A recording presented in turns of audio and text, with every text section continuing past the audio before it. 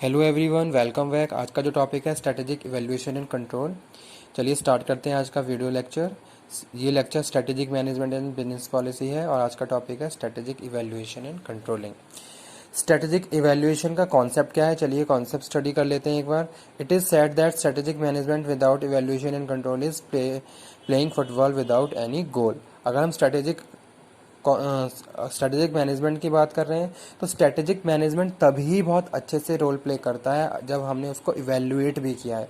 अगर इवैल्यूएशन और कंट्रोलिंग नहीं होगी तो इस तरीके से होगा जैसे सब हम फुटबॉल बिना गोल्स के खेल रहे हैं। ठीक है, तो वो यहाँ एक जर्नल बस एक सिंपली एग्जाम्पल के थ्रू कोट किया हुआ है।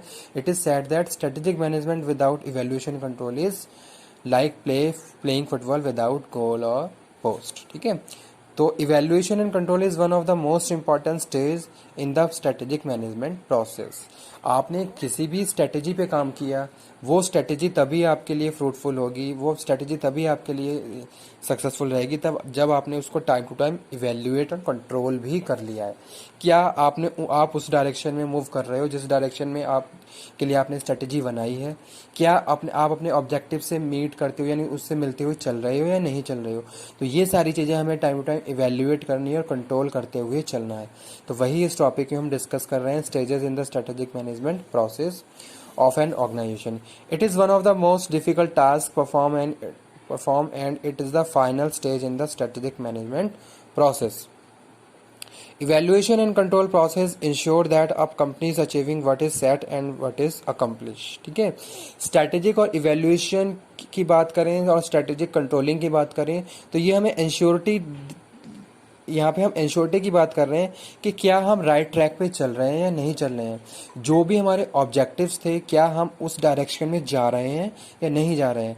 तो जो ये स्ट्रेटेजिक इवैल्यूएशन है ये स्ट्रेटेजिक मैनेजमेंट प्रोसेस का लास्ट स्टेप ही होता है जहाँ हम चीज़ों को टाइम टू टाइम इवैल्यूएट करते हुए चलते हैं, कंट्रोल करते हुए चलते हैं। ठीक है, अगर आपको लग रहा है कि हाँ बीच में कहीं ना कहीं थोड़ी प्रॉब्लम हो गई है, थोड़ी गड़बड़ हो गई है, आप ट्रैक से इधर उधर भटक गए हैं, तो immediately you have to control ताकि आप राइट डायरेक्शन में मूव करें और आप अपने गोल्स की तरफ बढ़ते हुए चलें। तो वो यहाँ पे हम बात कर रहे हैं stages in the strategic management process. Evaluation and control process ensure that company is achieving what is set and what is accomplish. Company वही अचीव कर रही है जो उसने सेट किया है और ये सारी चीज़ें हमें स्ट्रेटेजिक इवैल्यूएशन एंड कंट्रोल से इंश्योरिटी के साथ हम करते हुए चलते हैं।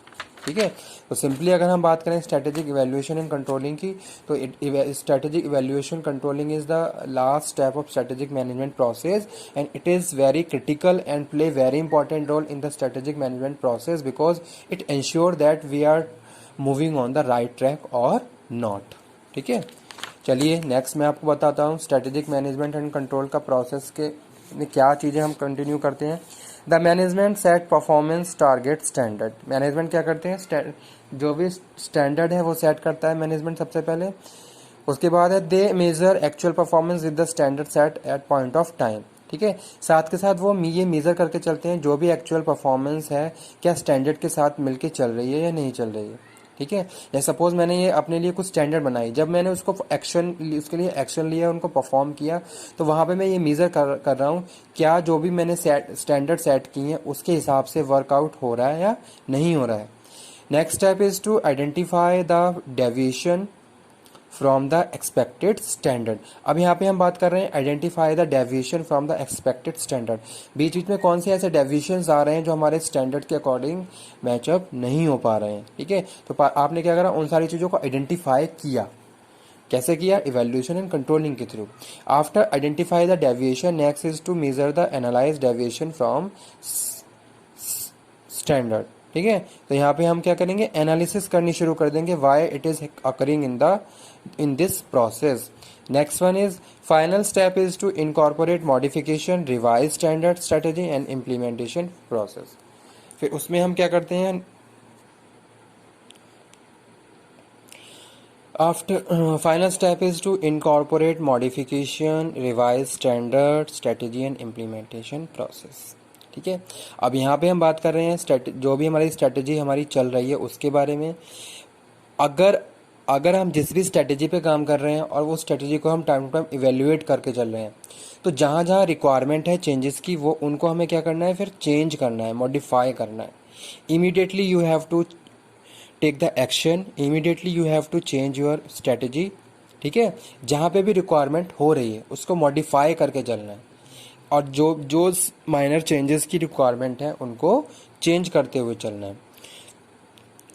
And revise standard strategy implementation process. तो इस तरीके से आप क्या करोगे, उनको रिवाइज करके हुए चलोगे, स्ट्रेटेजी को फिर इम्प्लीमेंट करते हुए चलोगे। तो ये क्या है, स्ट्रेटेजिक मैनेजमेंट इवैल्यूएशन कंट्रोलिंग का प्रोसेस है। ठीक है, अब इम्पॉर्टेंस यहाँ पे हम बात कर रहे हैं, इम्पॉर्टेंस ऑफ इवैल्यूएशन कंट्रोलिंग की क्या इंपॉर्टेंस होते हैं।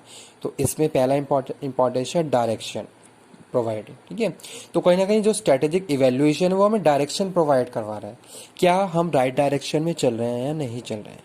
ठीक है, कभी कभी ऐसा होता है कि हम स्ट्रेटेजी बना के काम करना शुरू कर देते हैं और उसको इम्प्लीमेंटेशन यानी कि एक्शन में भी ले आते हैं, लेकिन जब हम लास्ट पे पहुंचते हैं तो हमें पता नहीं चलता कि हम किस डायरेक्शन में पहुंच गए, और वहां पे फिर हमारे जो टाइम एक टाइम और कॉस्ट दोनों ही कंज्यूम होती है, और फाइनली हमें अपने ऑब्जेक्टिव भी अचीव नहीं होते। लेकिन अगर आपने evaluation and controlling time to time कर लिया है तो आप उसी डायरेक्शन में जाओगे जिस डायरेक्शन में आपने अपने स्टैंडर्ड सेट किए हुए हैं। तो वो यहाँ पे लिखा हुआ है प्रोवाइडिंग डायरेक्शन। नेक्स्ट है गाइडेंस, यानी कि जो भी करेक्टिव एक्शन प्लान लेना है वो आप इमीडिएटली ले रहे हो। ठीक है, तो कहीं ना कहीं आपको गाइडेंस मिल रही है कि आपको किस जगह पे क्या करना चाहिए, क्या नहीं करना चाहिए, according to the situation, according to the time, किस चीज़ की रिक्वायरमेंट है, आप उसी के हिसाब से क्या करोगे, फिर करेक्टिव एक्शन लोगे। तो वो सेकंड इंपॉर्टेंस है गाइडेंस। नेक्स्ट लिखा हुआ है कॉन्फिडेंस। जी हाँ, आपका कॉन्फिडेंस बना रहता है अगर आप टाइम टू टाइम सारी चीज़ों को प्रॉपरली कर रहे हो, इवैल्यूएशन आपका प्रॉपरली हो रहा है और आप प्रॉपरली वहाँ पे पॉजिटिव प्रूव हो रहे हो, तो कहीं ना कहीं ये सारी चीज़ें आपके अंदर एक कॉन्फिडेंस क्रिएट करेंगी और आप बहुत अच्छे से अपने काम को करते रहोगे, कंटिन्यू करते हुए अपने ऑब्जेक्टिव्स को अचीव करोगे। तो वो एक इंपॉर्टेंस यहाँ पे लिखा हुआ है कॉन्फिडेंस। नेक्स्ट लिखा हुआ है इन्फॉर्मेशन। जी हाँ, इन्फॉर्मेटिव है, बहुत सारी इन्फॉर्मेशन मिल रही है, अगर कोई ड्रॉबैक भी आ रहा है तो उससे भी आपको बहुत सारा इन्फॉर्मेशन मिल रही है, और नेक्स्ट टाइम फ्यूचर के लिए आप उस चीज़ से अवेयर हो रहे हो ताकि वो सेम चीज़ वहाँ द्वारा रिपीटेड ना हो। ठीक है, तो ये क्या है, एक इन्फॉर्मेटिव है। Evaluation and controlling, her type की इन्फॉर्मेशन आपकी आ रही है, अगर कोई बेस्ट है, अगर कुछ पॉजिटिव रिजल्ट्स आ रहा है तो वो भी इन्फॉर्मेशन, क्यों वैसा हुआ, ठीक है, क्या कॉज था जिसकी वजह से हमने पॉजिटिव रिजल्ट्स गेन किए, अगर कुछ नेगेटिव हो रहा है तो उससे related information, why it has happen and उसके पीछे क्या रीज़न रहा है। तो कहीं ना कहीं ये क्या है, इन्फॉर्मेटिव है। नेक्स्ट लिखा हुआ है चेक ऑन वैलिडिटी। जी हाँ, वैलिडिटी हमारी स्ट्रेटेजी की यहाँ पे हम चेक करते हैं कि हमारी स्ट्रेटेजी फ्यूचर के लिए कितनी वैलिडेट है या नहीं है, वो यहाँ पे हम बात कर रहे हैं। और उसके बाद लिखा हुआ है सक्सेसफुल कंप्लीशन प्रोसेस, यानी कि स्ट्रेटेजी जो भी एक इम्पॉर्टेंस है वो जहाँ पे वहाँ पे हम सक्सेसफुल इम्प्लीमेंटेशन की बात कर रहे हैं, सक्सेसफुल कंप्लीशन की बात कर रहे हैं इस प्रोसेस में, कि हाँ हमने क्या कर लिया, हम जो भी हम जिस भी ट्रैक पे चल रहे हैं सक्सेसफुली हम अपने ऑब्जेक्टिव को अचीव कर सकते हैं और उसकी इंश्योरिटी हमारे पास है।